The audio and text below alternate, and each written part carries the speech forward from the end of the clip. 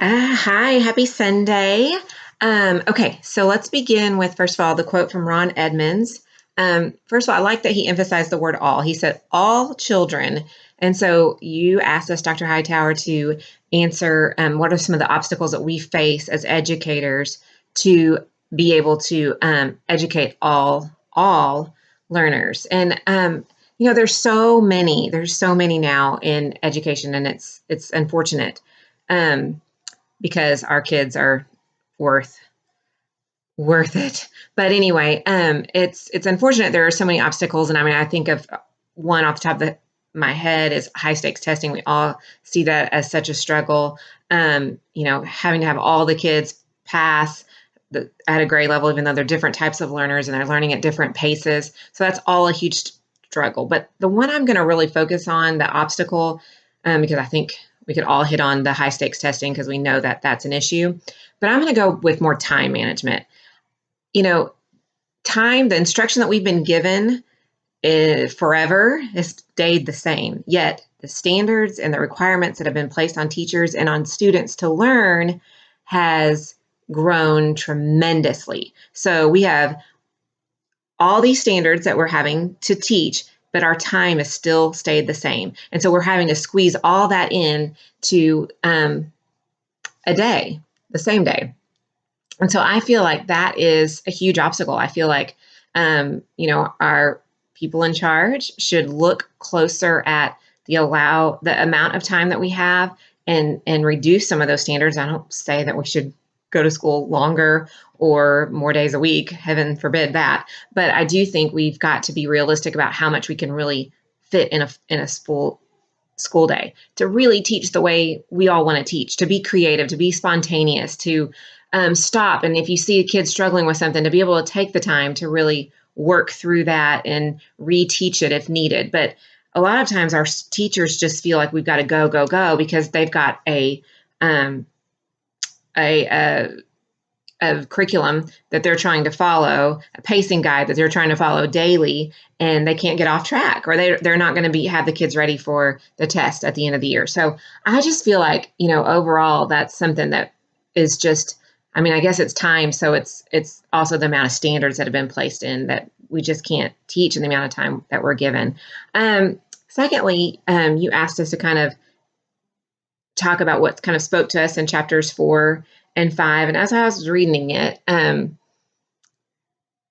the first thing that really stuck out to me was the empathy in chapter 4. I just think that is so key. First of all, not only to teach kids empathy, which I know that's not really what the book's referring to, but just want to say that to teach kids empathy just helps you to understand. And if a kid can't empathize with to understand how other people are feelings, they're not going to be tolerant and accepting of others if they're not able to put themselves in that situation.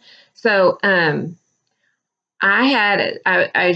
was thinking about a time, you said a time in teaching, or no, teach as a student, that was really powerful. Well, I remember back in elementary school, and I can't believe I remember this, but I think it just meant that much to me. My teacher read a really good chapter book. It was about some kids that got locked into a museum and just the adventures that they had being locked into this museum at night.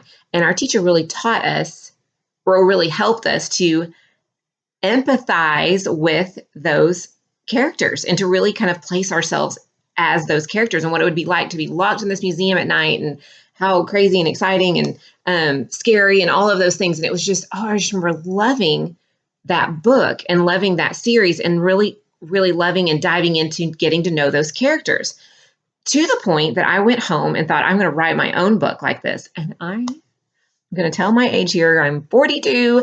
And I remember coming home and getting on my parents' typewriter and typing with an old school typewriter a story, just the same type of story about getting locked into a museum. And, I was basically probably plagiarizing the whole thing. But I loved that story that much that I wanted to also be an author that could write a really cool story like that.